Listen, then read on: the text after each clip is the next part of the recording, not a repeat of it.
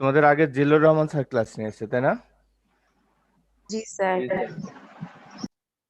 আমি স্টার্ট করে দেখি যে স্যার ক্লাস নিচ্ছে।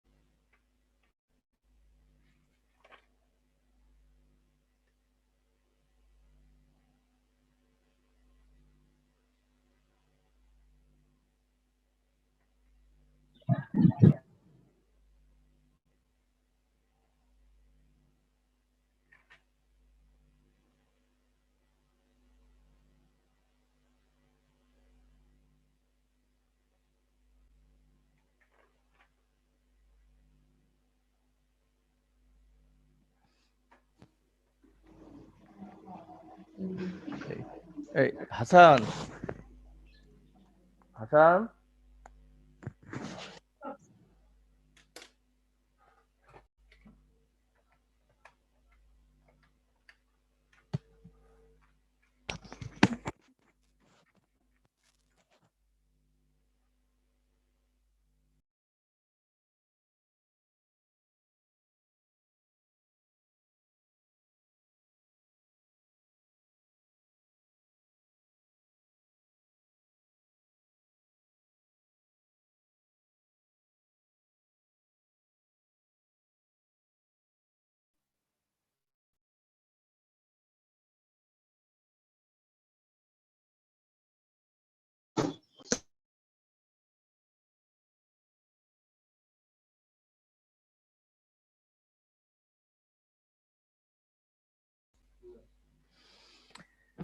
ওকে, আমরা ক্লাস শুরু করি আজকে। আমাকে তো আবার সে আশরাফুন নাহার নামে দেখাচ্ছে।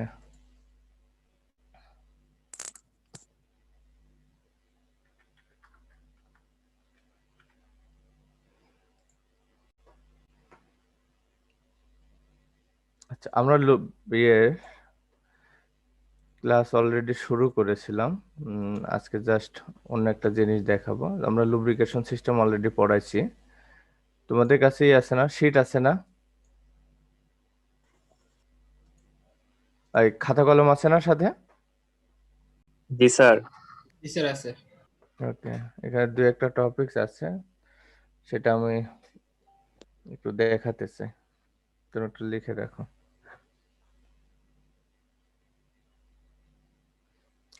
প্রথম হচ্ছে, দেখা যায় জি স্যার। Testing of lubricants.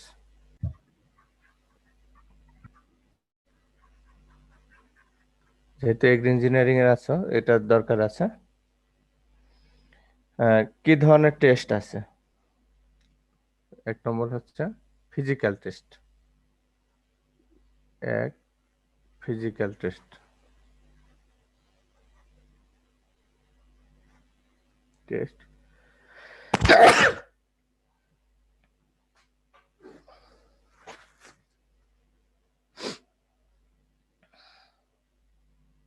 দুই হচ্ছে কেমিক্যাল টেস্ট।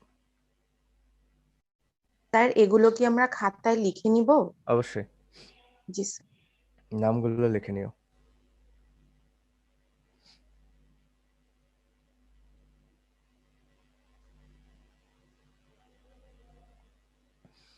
তাহলে আমরা দুই ধরনের টেস্ট করি, একটা হচ্ছে ফিজিক্যাল টেস্ট আর একটা হচ্ছে কেমিক্যাল টেস্ট। এখন আসি ফিজিক্যাল টেস্ট। ফিজিক্যাল টেস্টে কি কি থাকতে পারে? প্রথমে আছে viscosity test.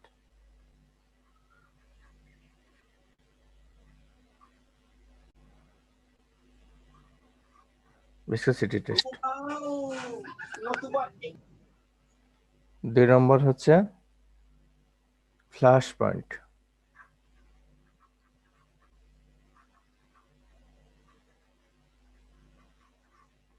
Flash point test.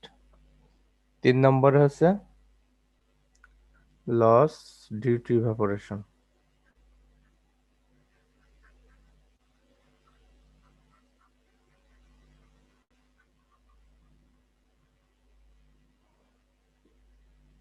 তিন নম্বরে হচ্ছে 4 নম্বর হচ্ছে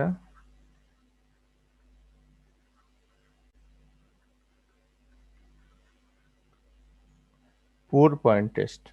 এর পাশে আছে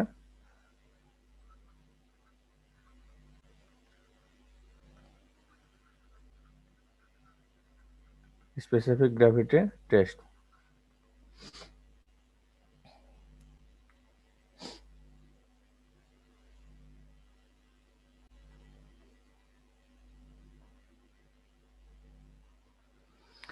এখন আসি ভিসকোসিটি টেস্টের কথা বলি। ভিসকোসিটি টেস্ট করার জন্য ভিসকোমিটার ইউজ করা হয়। ওকে, ভিসকোসিটি টেস্টের জন্য ভিসকোমিটার ইউজ করা হয়। তাহলে লেখে viscosity test.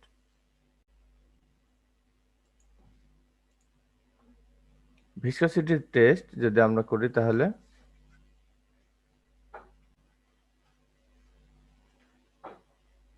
Test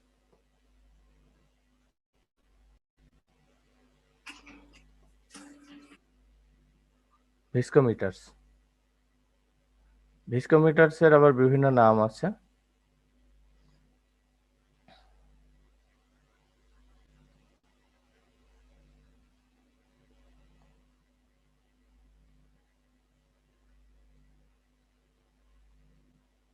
redwood viscometer,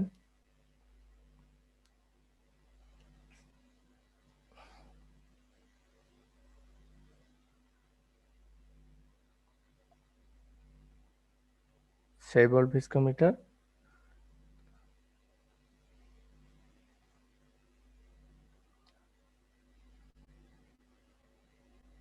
এংলার viscometer.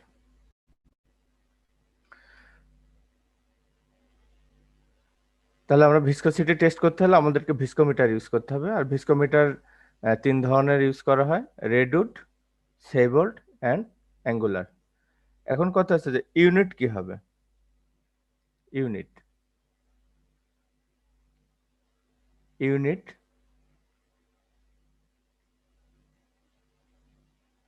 সেন্ট্রিপয়েজ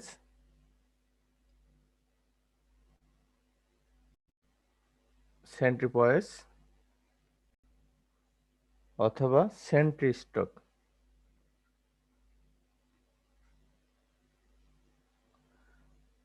এই ইউনিটগুলো ইউজ করা হয় কিন্তু আমরা যদি ভিসকোসিটি মেজার করতে চাই। লিখছো তোমরা? জি স্যার। এইগুলো বলার উদ্দেশ্য হচ্ছে ভাইভাতে কিন্তু আমরা জিজ্ঞাসা করবো যে ভিসকোসিটি টেস্ট করা হয় যেটা তার কোন ইউনিটে ইউজ করা হয়, কোন ইউনিট ভিসকোসিটি টেস্টের যে ইউনিট সেটা কি, সে কোশ্চেন গুলো কিন্তু আমরা করবো ভাইভাতে।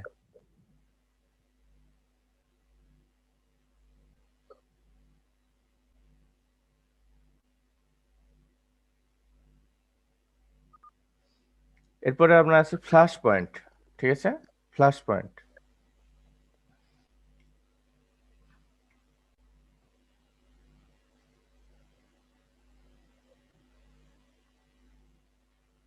ফ্ল্যাশ পয়েন্ট কি জিনিস? Flash point test. আচ্ছা, ফ্ল্যাশ পয়েন্ট কি জিনিস কে একজন বলো তো?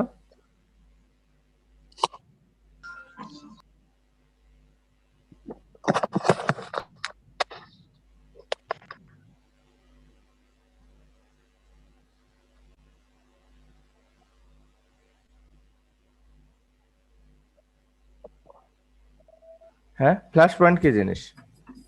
স্যার যে টেম্পারেচার স্যার আগুন জ্বলতে শুরু করে এরকম। না, ভেপার যে টেম্পারেচার সেটা মনে হয় ভেপার ফ্ল্যাশ পয়েন্ট। প্রডিউস করবে। at a minimum temperature at which gives of sufficient vapor, মানে ভেপার প্রডিউস করবে, তাই ফ্ল্যাশ পয়েন্ট বলে। ফ্ল্যাশ পয়েন্ট টেস্ট করার জন্য আমরা এক ধরনের ইকুইপমেন্ট ইউজ করি, ফ্ল্যাশ পয়েন্ট টেস্ট এসে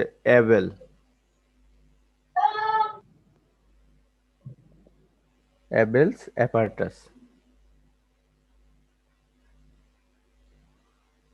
Abel's apparatus.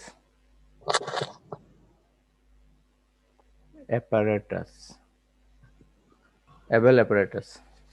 মাথায় রাখবা। স্যার এটা দ্বারা কি করা হয়? ফ্ল্যাশ পয়েন্ট টেস্ট করা হয়। স্যার ফ্ল্যাশ পয়েন্টের ব্যাপারে আরেকটু সাহাবার যদি একটু বলেন। শোনো, আমি একটা লুব্রিক্যান্ট নিয়েছি কোন একটা পাত্রে নিয়ে, যদি ওখানে একটা হিট দিতে থাকি, যে মিনিমাম টেম্পারেচারের সাফিসিয়েন্ট ভেপার বের হবে। লুব্রিক্যান্টে যদি আমরা টেম্পারেচার দিতে থাকি তাহলে ওখান থেকে কিন্তু ভেপার বের হতে থাকে। যে টেম্পারেচারে ভেপারটা স্টার্ট হবে সেটাকে বলে ফ্ল্যাশ পয়েন্ট।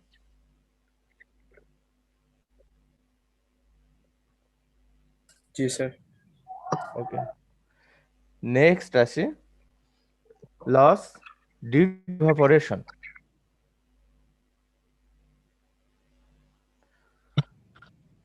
যখন কোন একটা লুব্রিক্যান্টকে অ্যাম্বিয়েন্ট টেম্পারেচারের উপরে হাই টেম্পারেচারে রেখে দেওয়া হয় তাহলে ওখান থেকে কিছু কেমিক্যাল ভ্যাপরাইজ হয়ে ওর কিছু লস হয় লুব্রিক্যান্টের। এই লসটাকে বলা হচ্ছে লস ডিউ টু ইভাপোরেশন। যদি ওয়াটারটাকে একটা পাত্রে রেখে দেওয়া হয় এবং কি বলে হিট দেওয়া হয় তাহলে ওখান থেকে কি ওয়াটারটা ভেপার হতে থাকবে না? ওয়াটারটা তো লস হতে থাকবে স্টিম আকারে। সিমিলারলি আবার আরেকটা জিনিস বলে যে ওয়াটার, তোমরা ইরিগেশন পড়ো নি এখনই, ওয়াটারের যদি একটা খোলা পাত্রে ওয়াটার রেখে দেওয়া হয় রোদে তাহলে দেখা যায় ওখান থেকে কিছু ওয়াটার ইভাপোরেট হয়ে যায়। প্রথমে যে ওয়াটার দিয়েছে তার থেকে কিছু ওজন কমতে থাকে। এটাকে বলা হচ্ছে লস ডিউ টু ইভাপোরেশন।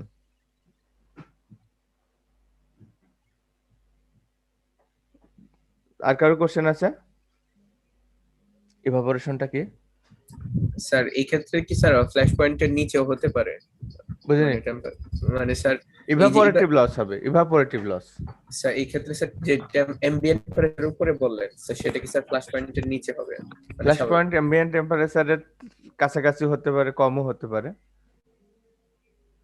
ওর সাথে কম্পেয়ার করা যাবে না। শুধু বলতে হবে যে কোন একটা লুব্রিক্যান্ট যে একটু টেম্পারেচার হাই টেম্পারেচারে রেখে দিলে বা রোদে রেখে দিলে যদি ভেপারাইজ হয়ে কিছু লস হয়ে যায় সেটা ইভাপোরেটিভ লস বলে।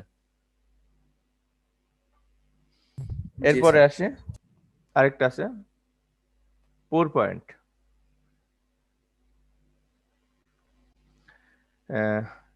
একটা থিক একটা কোনো কম্পোনেন্টকে যদি আমরা গরম করতে থাকি তাহলে কি হয়, ওটা লিকুইডে কনভার্ট হয়ে যায়, তাই না?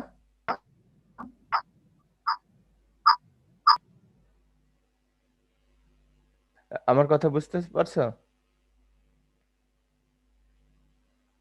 স্যার আরেকবার স্যার।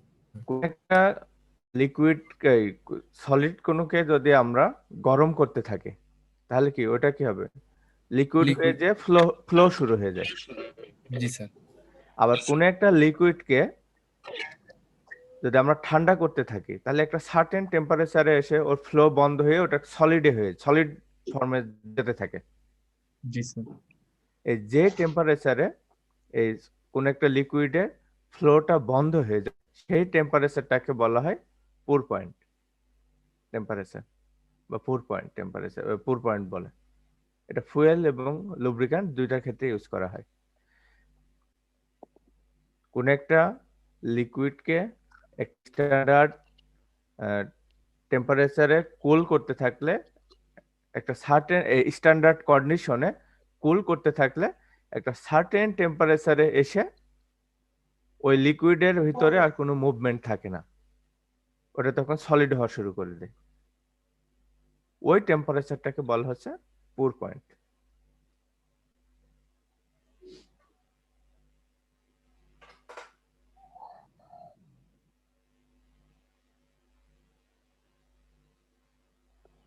এরপর আছে স্পেসিফিক গ্র্যাভিটি টেস্ট। আমরা নেক্সট পেজে যাই।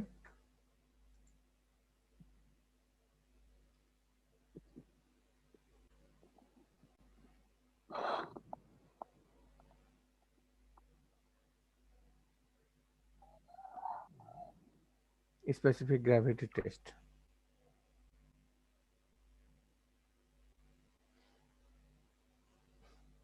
তারপরে স্পেসিফিক গ্র্যাভিটি টেস্টে যদি আমরা লুব্রিক্যান্টের কথা চিন্তা করি, স্পেসিফিক গ্র্যাভিটি অফ লুব্রিক্যান্ট সাধারণত ক্যালকুলেশন করা হয় এভাবে।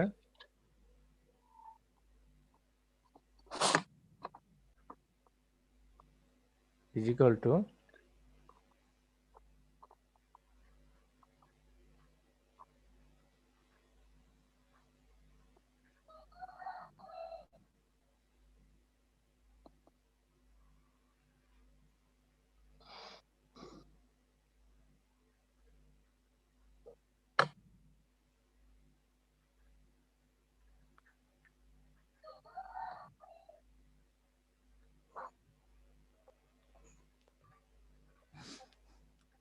এই দুইটা রেশিওটা হচ্ছে স্পেসিফিক গ্র্যাভিটি অফ লুব্রিক্যান্ট।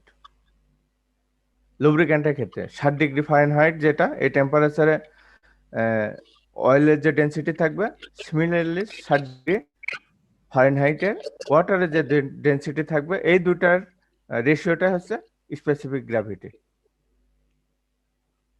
সূত্রটা লিখে রেখো, অনেক সময় আমরা কিন্তু পরীক্ষায় এই কোশ্চেন ম্যাথ করতে দিই।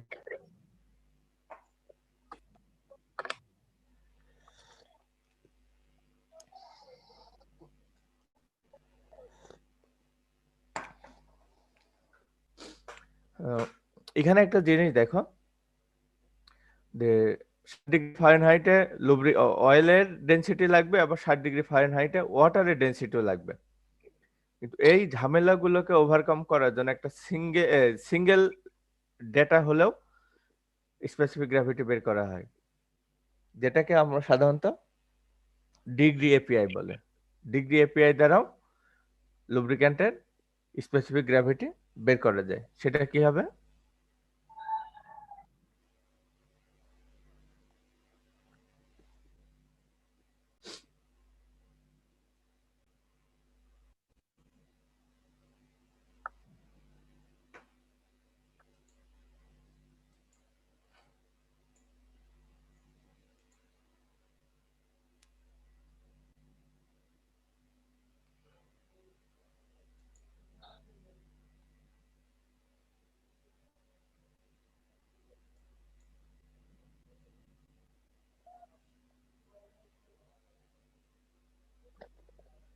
কই গেল?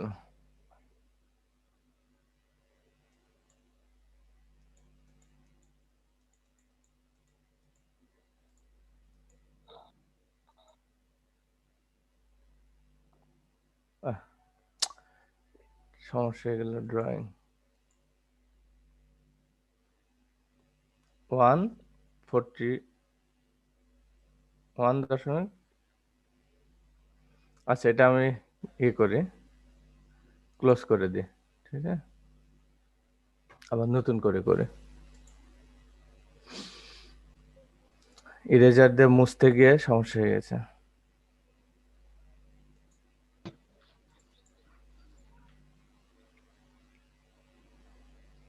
আচ্ছা, এটা হচ্ছে 141.5 ডিভাইডেড বাই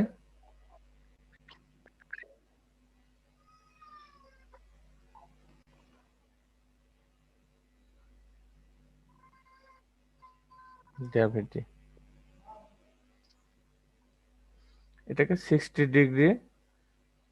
ডিগ্রি ফারেনহাইট বলে। এটাকে স্পেসিফিক গ্র্যাভিটির কন্ডিশন, যেহেতু আমরা এই দুই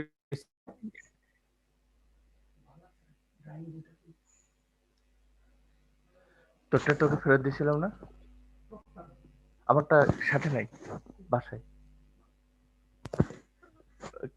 কাজে নিয়ে গেছিলাম। এটাকে specific gravity 60 degree by 60 degree Fahrenheit বলে। এই 60 ডিগ্রি বাই 60 ডিগ্রি ফারেনহাইট বলার উদ্দেশ্য হচ্ছে যে অয়েল এবং ওয়াটার এই দুইটাকেই আমরা 60 ডিগ্রি ফারেনহাইট নিচ্ছি, এই জন্য 60 ডিগ্রি/60 ডিগ্রি ফারেনহাইট কন্ডিশন বলা হচ্ছে।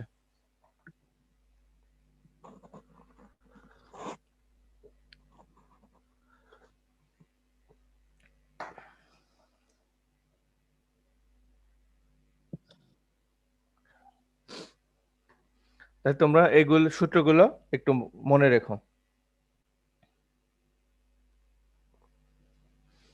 আর সাথে কিছু কেমিক্যাল টেস্টের কথা বলেছিলাম। কেমিক্যাল টেস্টের ভিতরে ছিল তোমার অ্যাসিড ভ্যালু টেস্ট, স্যার স্পনিফিকেশন।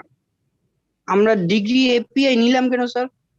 এটা হচ্ছে আলাদা মেথড, এটা হচ্ছে আলাদা মেথড আমরা স্পেসিফিক গ্র্যাভিটি বের করার জন্য। এপিআই ডিগ্রি এপিআই হচ্ছে এপিআই বলতে তোমাকে বলেছে আমেরিকান পেট্রোলিয়াম ইনস্টিটিউট।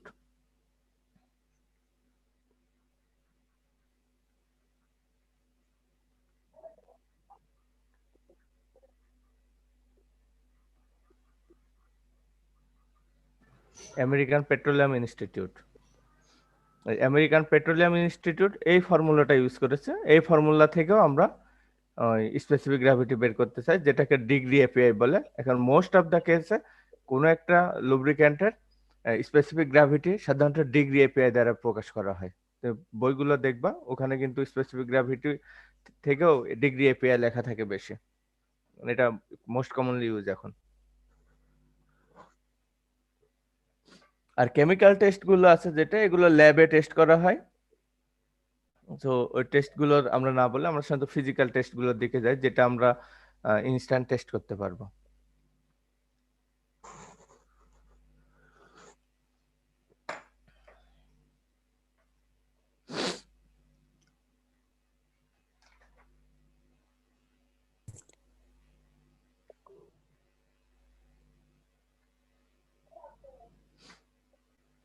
স্যার এটা কি 141.5 লেখা আছে স্যার? হ্যাঁ হ্যাঁ 141.5। এই কারণ এর আগের বার ইরেজার দিয়ে যখন মুছতে গেলাম তখন ওই এটা চেঞ্জ হয়ে গেছে, ড্রয়িংটা চেঞ্জ হয়ে গেছে।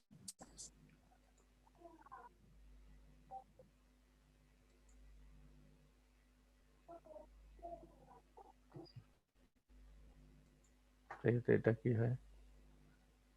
ও চেঞ্জ হয়ে যাচ্ছে।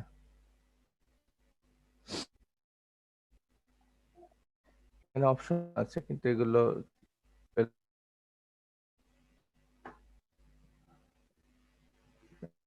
বিভিন্ন ধরনের সমস্যা। ঠিক আছে, এখানে আমরা কি তাহলে একটা লুব্রিক্যান্টের ফিজিক্যাল প্রপার্টিস কিভাবে ক্যালকুলেশন করতে, সেই জাতীয় কিছু ডেফিনেশন, কোন মেথড ইউজ করে সেটা বলেছি। আর সাথে স্পেসিফিক গ্র্যাভিটি ক্যালকুলেশনের জন্য একটা ম্যাথমেটিক্যাল ইকুয়েশন দেখিয়েছি তোমাদেরকে, তাই তো?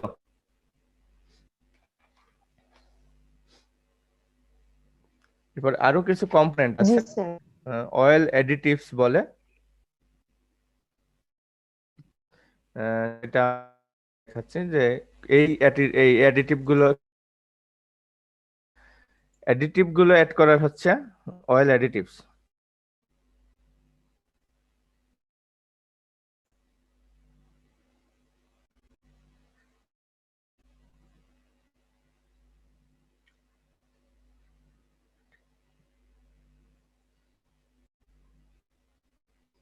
অয়েল অ্যাডিটিভস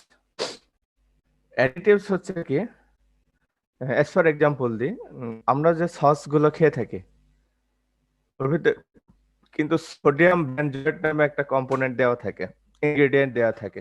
পড়ে দেখছো কি কখনো সোডিয়াম বেনজয়েট? জি স্যার। এটা কি অ্যাকচুয়ালি জিনিস? এটা কেন এটা দেওয়া হয় কেন? সংরক্ষণের জন্য। সংরক্ষণ তো বোতলে রাখলে তো সংরক্ষণ হচ্ছে, তাহলে আর একটা কি পারপাস আছে? Antioxidant agents. কে বললো অ্যান্টিঅক্সিডেন্ট? কে বললো? আমি বলেছি স্যার, ইয়াকুব। কে কে কে? ইয়াকুব। ইয়ামিন? আরে ফুডের লোকজন বলো, তুমি বলছো, তুমি Yeah. বলবা যে ইঞ্জিনে কেন হচ্ছে মেটাল কোনো পার্টে কেন রং করা হয় সেটা বলবা, আর ফুডের লোক বলবে যে কেন সোডিয়াম বেনজোয়েট দেওয়া হচ্ছে। Thank you. কে ফুডের কে বলবো না?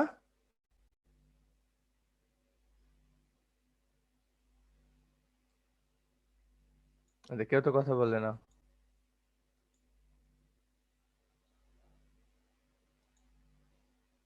এ কে নন্দিনী আছে না? নন্দিনী, জি স্যার। তুমি ফুডের না? জি স্যার, ফুডের। বলো তো সোডিয়াম বেনজোয়েট কেন দেওয়া হয়? স্যার যাতে খাদ্যের কি স্যার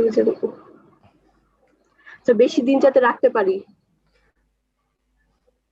তাহলে এর অর্থ কি?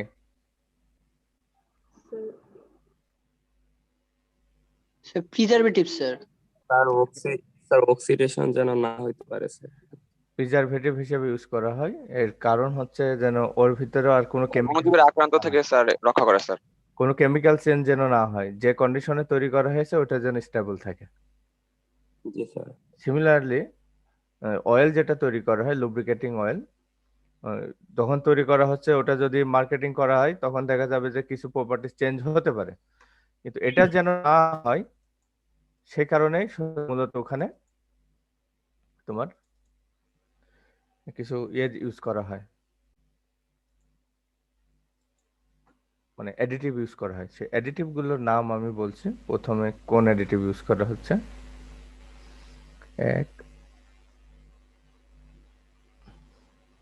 প্রথম হচ্ছে অক্সিডেশন ইনহিবিটরস। অক্সিডেশন ইনহিবিটর এর অর্থ কি? স্যার অক্সিডেশনকে স্যার দমন করে। অক্সিডেশন হলে কি হবে?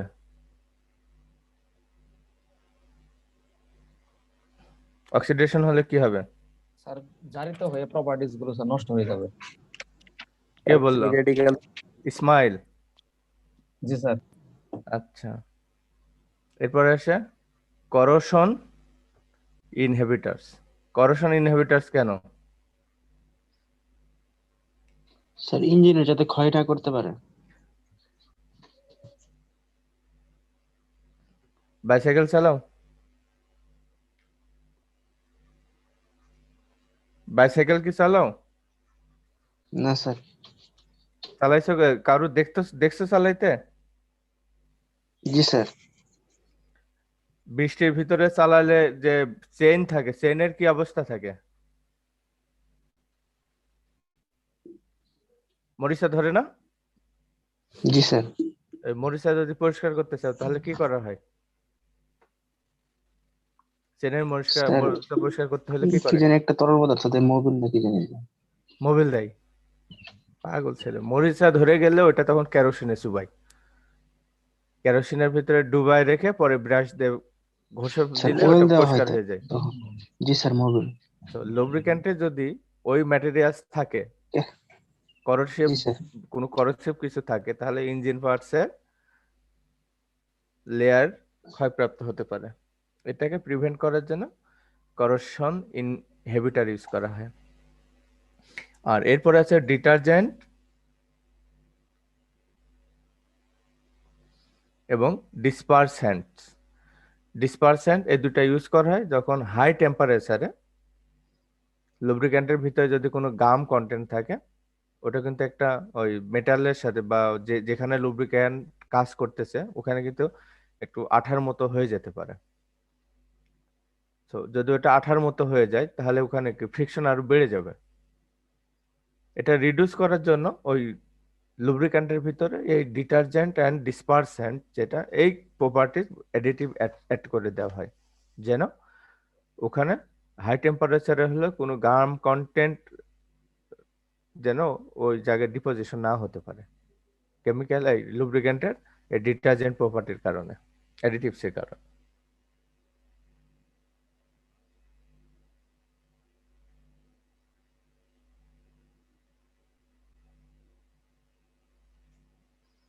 তারপরে আছে অ্যান্টিস্কাফ।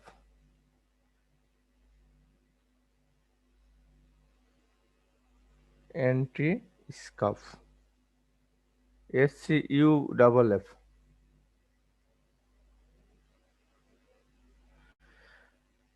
অ্যান্টি স্কাফ অ্যাডিটিভ যেটা আছে, অ্যান্টি স্কাফ যদি ইউজ করা হয়, তোমরা একটা দেখবে কোন একটা পিস্টন বা যাই হোক ওই লুব্রিক্যান্টের ভিতরে যেগুলো মুভ করে, বের করে নিয়ে আসলে কিন্তু ওটা ওরকম অপরিষ্কার না, ওটা খুব শাইন হয়ে যায়, মানে চকচকাই থাকে। আমরা যদি কোনো বাইসাইকেল বা কোনো কিছু চালাই, বাইরের অংশগুলো কি মরিচা ধরে ধরে কেমন যেন অপরিষ্কার হয়ে যায়। কিন্তু তুমি যদি ঠিক মতো চেইনে লুব্রিক্যান্ট করো, ওর যে গিয়ার আছে দুইটা, আমরা যে চেইন অ্যান্ড স্পকেট বলে, ওই যে দাঁতের মতো যে অংশটা থাকে, ওটা দেখবো সবসময় একদম নিট অ্যান্ড ক্লিনই থাকে, খুবই চকচকা থাকে।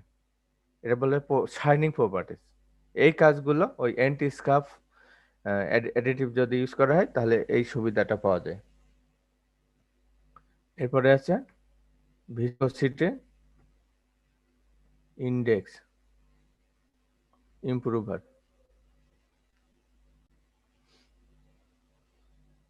কি করবে ভিসকোসিটি ইন্ডেক্স? কি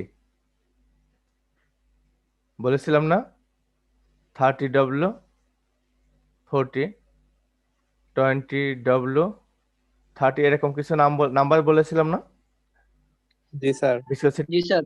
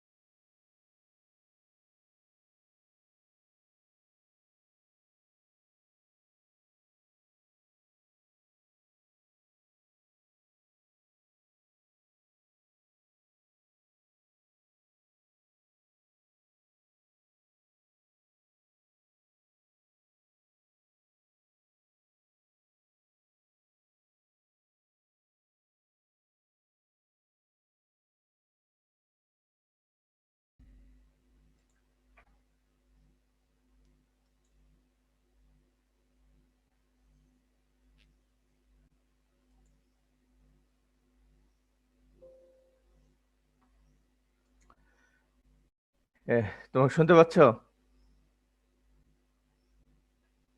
হ্যালো, জি স্যার, শুনতে পাচ্ছি।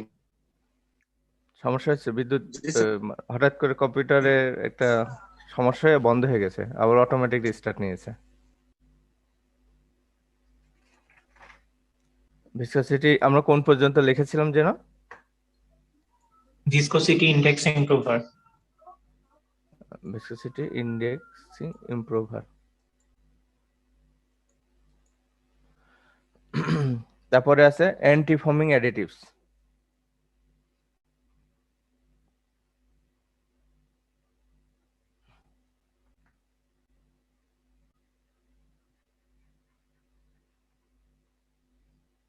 অ্যান্টি ফোমিং অ্যাডিটিভস এটা কি হতে পারে?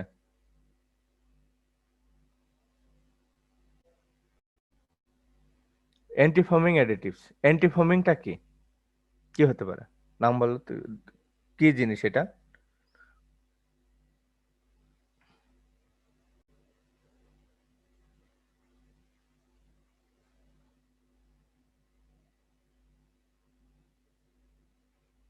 কেউ কথা বলো না কেন? স্যার ভিসকোসিটি ইনডেক্স ইমপ্রুভারটা বলা হয়নি স্যার ঠিক করে স্যার, মানে স্যার বলতে গেছিলেন আর ভিসকোসিটি কি একটা স্যার নাম্বার বললাম না, জি স্যার। অ্যাকচুয়ালি লুব্রিক্যান্ট ইউজ করতে থাকলে আস্তে আস্তে ওর কিন্তু ভিসকোসিটি রেটিং কমতে থাকে। অনেক যে ভিসকোসিটি যেটা ঘন থাকে সেটা ঠিক থাকে, সেটা আস্তে আস্তে পাতলা হতে থাকে। কিন্তু এই অ্যাডিটিভ ইউজ করলে ওর একটা টাইম পর্যন্ত মোটামুটি একই ধরনের পারফরমেন্স দিবে। জি স্যার। পুর পয়েন্ট,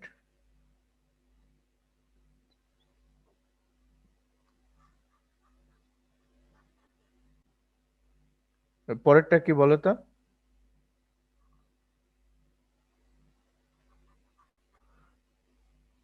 অ্যান্টিফোমিং কি হতে পারে?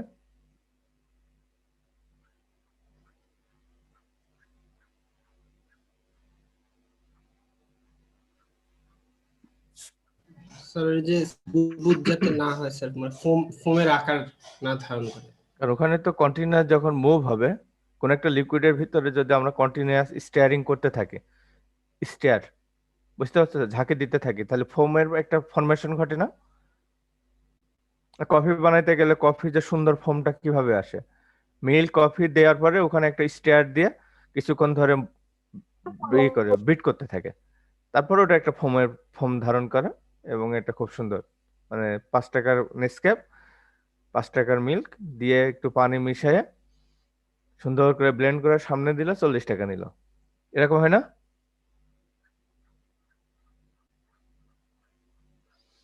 জি স্যার। ওই লুব্রিক্যান্টের ভিতরে ফোম দেয়া, অ্যান্টি ফোমিং অ্যাডিটিভ দেয়া থাকে, ওটা যতই ওই সার্কুলেট বা বিটিং হোক না কেন, স্টেয়ার হোক না কেন, ওর ভিতরে ফোম ক্রিয়েট করবে না। এক্সট্রিম প্রেসার অ্যাডিটিভস, আমরা বলেছি যে একটা লুব্রিক্যান্ট একটা কাজ করতে এখানে অ্যাড করলাম, একটা সার্টেন প্রেসার পর্যন্ত এটা কাজ করবে, কিন্তু কোনো কারণে যদি অ্যাবনর্মাল সিচুয়েশন হয়ে থাকে সেক্ষেত্রে জন্য এটা কাজ করতে পারে, এর জন্য এক্সট্রিম প্রেসার অ্যাডিটিভস অ্যাড করা থাকে। হ্যাঁ, পোর পয়েন্ট ডিসপারসেন্ট, আমরা পোর পয়েন্ট বলতে কি বুঝেছিলাম, যে টেম্পারেচার, একটা মিনিমাম টেম্পারেচার যেখানে এসে লিকুইডের মুভমেন্টটা সিজ হয়ে যায়, মানে এটা সলিডিফিকেশন শুরু হয়ে যায়। সো লুব্রিক্যান্টের ভিতরে যদি টেম্পারেচার কম বেশির কারণে যদি সলিডিফিকেশন শুরু হয়ে যায়, তাহলে কিন্তু লুব্রিকেশন হবে না। আমাদের লুব্রিকেশনের কি সবসময় যেন লিকুইড লুব্রিক্যান্ট সার্কুলেশন করতে পারি টোটাল লুব্রিকেশন সিস্টেমে। কোনো কারণে যদি সিজ হয়ে যায়, তাহলে ইঞ্জিন স্টার্ট করলে ইঞ্জিন মুভিং পার্টগুলো ড্যামেজ হতে পারে। এই কারণে পোর পয়েন্ট ডিসপারসেন্ট বা ডিসপারসেন্ট এটা একটা ইউজ করা হয়, যেটা ওই যে লিকুইডের যে মুভমেন্টটা আছে সেটা যেন সিজ না হয়। এটা কি একটা ওয়াক্সিং টাইপের একটা কম্পোনেন্ট, যেটা লুব্রিক্যান্টের যে কম্পোনেন্ট বা যে অণুগুলো আছে ওদের ভিতরে বন্ডিং তৈরিতে বাধা দিয়ে থাকে। মানে লুব্রিক্যান্টের যে মলিকুলগুলো আছে, মলিকুলগুলো যদি একটা থেকে আরেকটা সেপারেট করে দেওয়া যায় কোনো একটা মেকানিজম ইউজ করে, তাহলে টেম্পারেচার কম হলেও এটা জমাট বাঁধবে না। সেই কাজগুলো এখানে করা হয় পোর পয়েন্ট ডিসপারসেন্ট অ্যাডিটিভস ইউজ করে। স্যার এক্সট্রিম প্রেসারটা একটু আরেকবার। আচ্ছা, একটা গাড়ি যেতে যেতে কোনো এক সময় একটা নিচু জায়গায় যদি চাকা আটকায় যায়, তখন কি ওই গাড়িটাকে যদি ওই জায়গা থেকে লিফট করতে চায়, তাহলে কি খুব বেশি পরিমাণে করে না, এটাকে কি বলে, ওই পাওয়ার দেয় না, জি স্যার। চাপড়া দেয়, তাহলে কি বেশি পরিমাণ পাওয়ার দেওয়ার অর্থ কি ওখানে তোমার পিস্টন গুলোরও মুভমেন্ট হবে বেশি। জি স্যার। তো ওই জায়গায় তো লুব্রিক্যান্ট থাকে। আবার ওখানে যে গিয়ার যেটা আছে, গিয়ার গুলোর ভিতরেও কিন্তু অনেক সময় খুব বেশি পরিমাণ প্রেসার কাজ করে। তো গিয়ারে যে লুব্রিক্যান্ট আছে, হঠাৎ সার্টেন প্রেসার, হেভি প্রেসারটা ক্যারি করার জন্য তার ভিতরে অবশ্যই একটা কিছু অ্যাড করে দিতে হবে, যেটাকে হচ্ছে এক্সট্রিম প্রেসারের এক্সট্রিম প্রেসার অ্যাডিটিভস ইউজ করা হয়। Okay sir.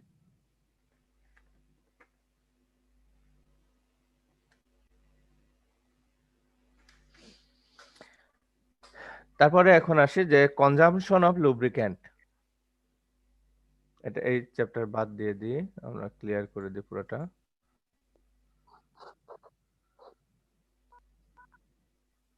কেমিক্যাল টেস্ট গুলি কি কি ছিল?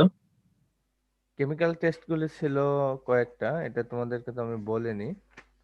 কেমিক্যাল টেস্টগুলোর নাম হচ্ছে তোমার acid value test, saponification value test, insoluble residue test, moisture and emulsification test. ওটাকে লিখবো? স্যার আরেকবার বলেন স্যার।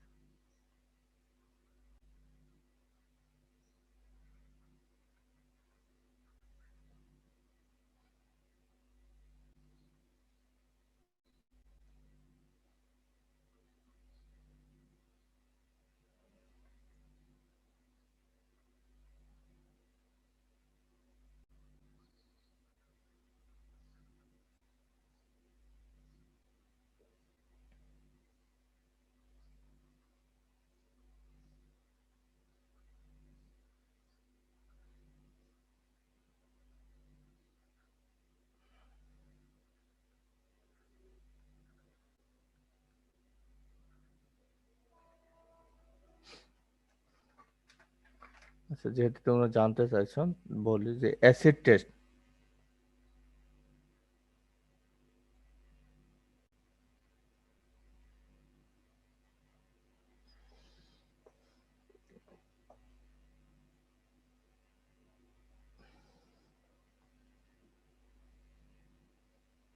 এখানে অ্যাসিড ভ্যালু টেস্ট বলতে তোমার যে লুব্রিক্যান্ট থাকে, এই 1 গ্রাম লুব্রিক্যান্টকে নিউট্রালাইজ করতে যত মিলিগ্রাম পটাশিয়াম হাইড্রোক্সাইড লাগবে। পটাশিয়াম হাইড্রোক্সাইড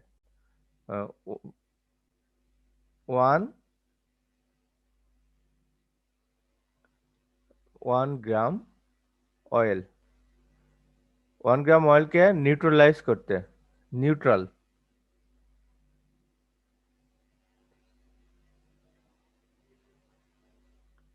1 গ্রাম করতে যত gram, how much gram potassium, potassium hydroxide,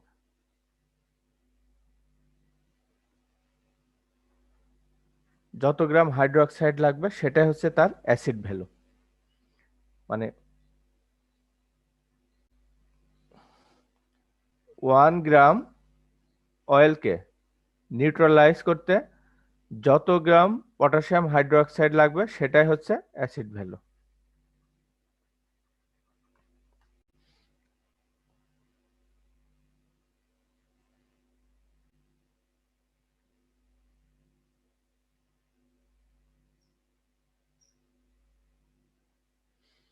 এর একটা স্ট্যান্ডার্ড ভ্যালু বলা নাই এখানে, জাস্ট তোমরা এটুকু মনে রেখো যে 1 গ্রাম অয়েলকে নিউট্রালাইজ করতে যত গ্রাম পটাশিয়াম হাইড্রোক্সাইড লাগবে সেটাই হবে অ্যাসিড ভ্যালু।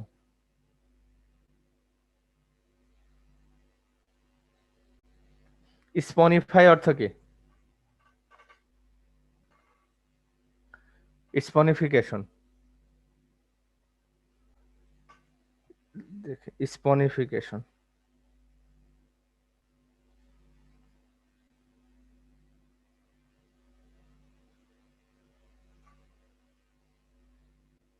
স্পনিফিকেশন স্পনিফিকেশন স্পনিফাই।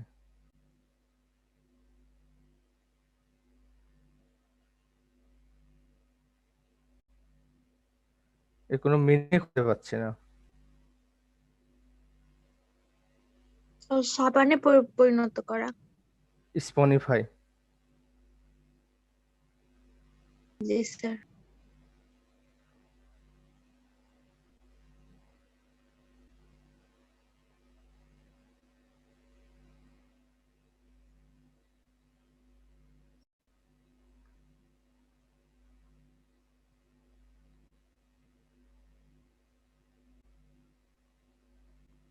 ওকে, স্পনিফাই।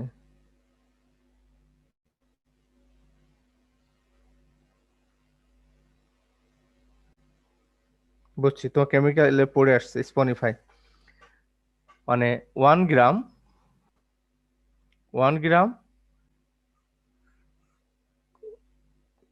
তোমার হচ্ছে অয়েলকে স্পনিফাই করতে যত গ্রাম এই যে পটাশিয়াম হাইড্রোক্সাইড লাগবে সেটাই হচ্ছে স্পনিফাই value test, saponification value test.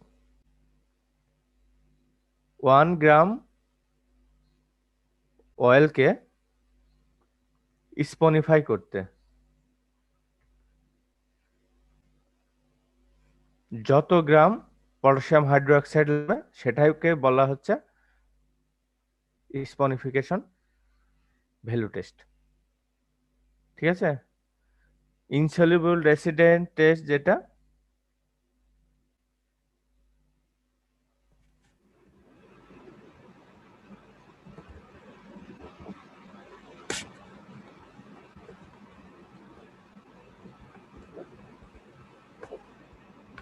ওকে, আমরা যে লুব্রিক্যান্ট ইউজ করি লুব্রিক্যান্টের কয়েকটা প্রকারভেদ বলেছিলাম। একটা বলেছিলাম যে পেট্রোলিয়াম, আর একটা বলেছিলাম সিনথেসাইজড। বলেছিলাম কি মনে আছে লুব্রিকেশনের ক্লাসিফিকেশনের সময়?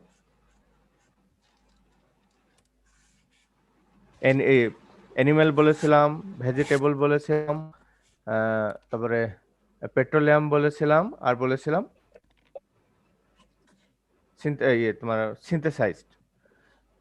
সো পেট্রোলিয়াম যেটা, এই পেট্রোলিয়াম লুব্রিক্যান্টের ভিতরে অনেক সময় কিছু হার্মফুল কার্বন ডাইঅক্সাইড থাকে।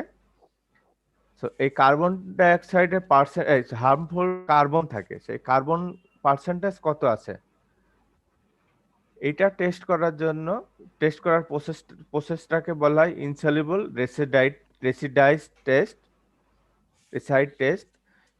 এখানে করার জন্য কি করা হয়, একটা সার্টেন গ্রামের as for example 10 gram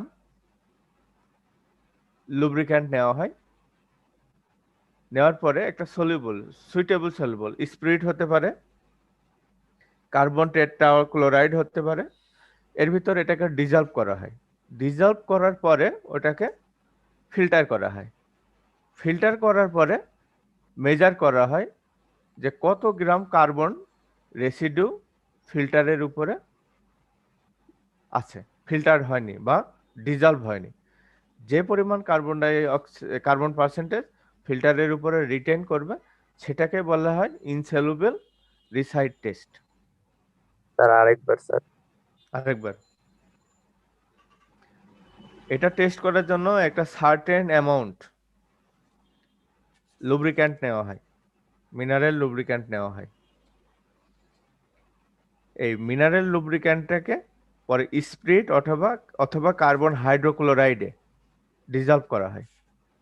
dissolved করা তো বোঝো, ওখানে দিলে এটা মিক্সড হয়ে যাবে, তখন ওইটাকে ফিল্টার করা হয়। ফিল্টার করার পরে লিকুইড হয়ে যাবে যেটা, সেটা ফিল্টার দিয়ে পাস করবে, আর যেটা কার্বন ফর্মে থাকবে সেটা ফিল্টারের উপরে রিটেইন করবে। আমরা যদি সিপ অ্যানালাইসিস করে থাকো তোমরা, বালি যদি সিপ দিয়ে চালা হয় তাহলে কি হবে, বড় সাইজের বালিগুলো কি হবে সিপের উপরে থাকে। অর্থাৎ এটা বাদ দিলাম, গ্রামে যখন রুটি বানানোর আগে কি করে, যে আটা কিনে নিয়ে আসা হয়, আটাটাকে একটা ফাইন সিপ দিয়ে চালা হয় না, কোনো যদি বড় পার্টিকেল কিছু থাকে সেটা সিপের উপরে থেকে যায়।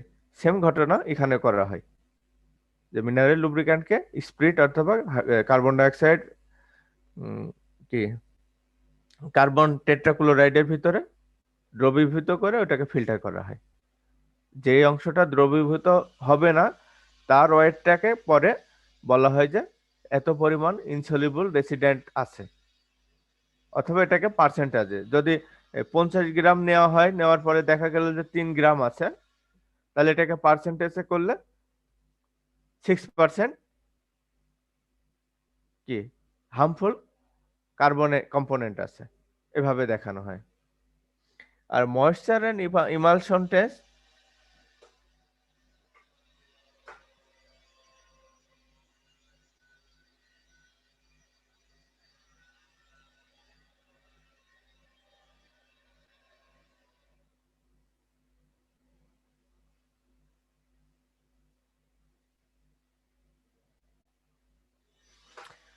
এটা কিভাবে করা হয়? ইমালসিফিকেশন টেস্ট করার জন্য ময়েশ্চার এন্ড ইমালসিফিকেশন টেস্ট, এর জন্য এটা করতে হলে ওয়াটারের সাথে লুব্রিক্যান্ট মিক্স করা হয়, ওয়াটার প্লাস লুব্রিক্যান্ট বা অয়েল মিক্সড করা হয়। মিক্স করার পরে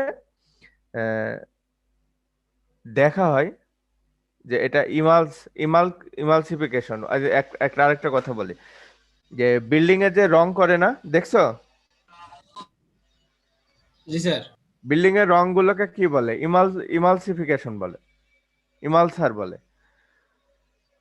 পানি এবং লুব্রিক্যান্ট মিক্স করে দেখা যায় যে ওটা তোমারই হয়েছে পানির সাথে লুব্রিক্যান্টটা মিশে একটা ইমালসিফিকেশন বা ইমালসার তৈরি করছে কিনা। যদি দেখা যায় যে টেন্ডেন্সিটা খুব কম, তাহলে সেটা একটা বেটার লুব্রিক্যান্ট। আর যদি ইমালসিফিকেশন খুব তাড়াতাড়ি করে ফেলে, তখন বুঝতে হবে যে লুব্রিক্যান্টে ভেজাল আছে। এটা হচ্ছে ময়েশ্চার এন্ড ইমালসিফিকেশন টেস্ট। তোমাদের আরেকটা জিনিস পড়াইতে চাইছিলাম, কিন্তু সেটা তো এরপরে কোন স্যারের ক্লাস আছে? Sir mechanics. কে নিবে? রাজেশ স্যার নিবে? স্যার জানি না। আচ্ছা, আমি একটা জিনিস লিখে দিই, শুধু এটা কনজাম্পশন অফ লুব্রিকেটিং অয়েল, ঠিক আছে? কনজাম্পশন অফ লুব্রিকেটিং অয়েল কিভাবে কনজাম্পশন হয়? Combustion,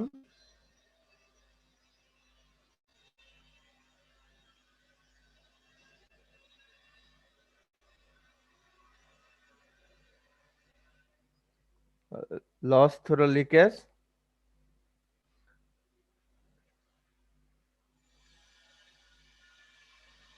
loss through crankcase ventilation, crankcase ventilation.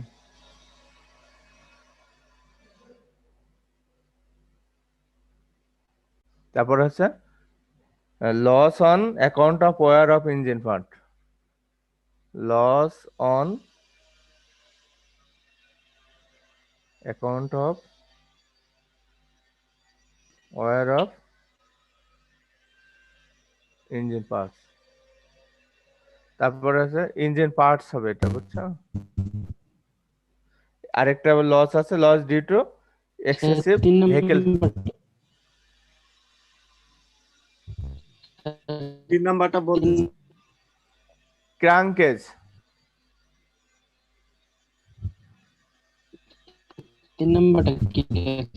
Crankcase ventilation,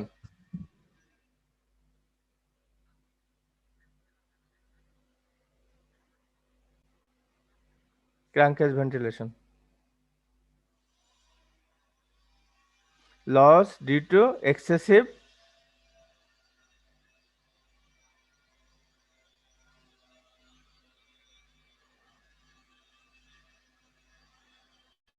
vehicle speed. এই 5টা কারণে লুব্রিকেটিং অয়েল যেটা দেওয়া হয় তোমার ক্র্যাঙ্কেজে, সেটা নষ্ট হতে পারে। আর এখানে আরো কিছু বিষয় আছে, ক্র্যাঙ্কেজ ভেন্টিলেশন কিভাবে হয়, কি হয়, এগুলো আমরা পরে আলাপ করব। তা আর আরেকটা জিনিস আছে, তোমাদের এখানে জাস্ট আরেক মিনিট আলাপ করে দিই, যে oil pump, oil pump, oil পাম্পসের কথা বলেছিলাম, মনে আছে?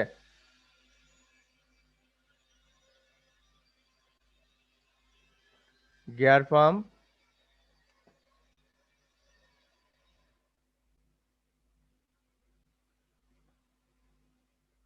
রোটর পাম্প, তারপরে আছে when pump,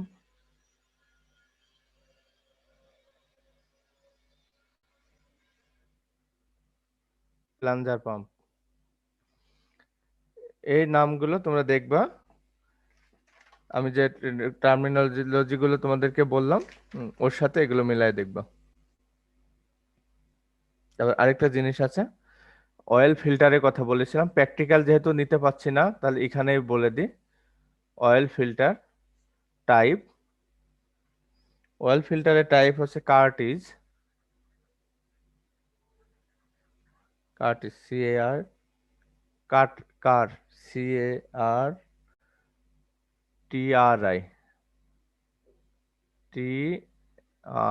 TRIDG, cartridge paper, cartridge type.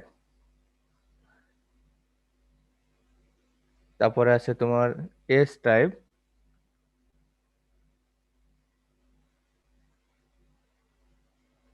তারপর আছে সেন্ট্রিফিউগাল টাইপ।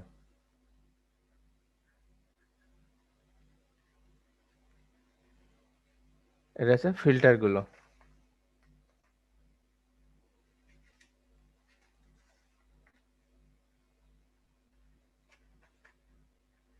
তো এই তিনটা তোমরা লিখে রাখবা। এই তিনটা তোমরা করবা, পরে প্র্যাকটিক্যালের সময় এগুলো আমরা তোমাদেরকে দেখাবো, যে gear pump, rotor pump, vent pump, plunger pump, আর অয়েল ফিল্টার যেটা আছে কার্টিজ টাইপ, এস টাইপ আর সেন্ট্রিফিউগাল টাইপ, এগুলো তোমাদের পরে কাজে লাগবে। ঠিক আছে, আজকে এই পর্যন্ত, যেহেতু দেরি হয়ে গেছে তো আমরা আপাতত এখানে শেষ করতে চাচ্ছি। ওকে, তাহলে আজকে আমি কি কি পড়াইছি তোমাদেরকে? Sir testing of lubricants. Testing of lubricant,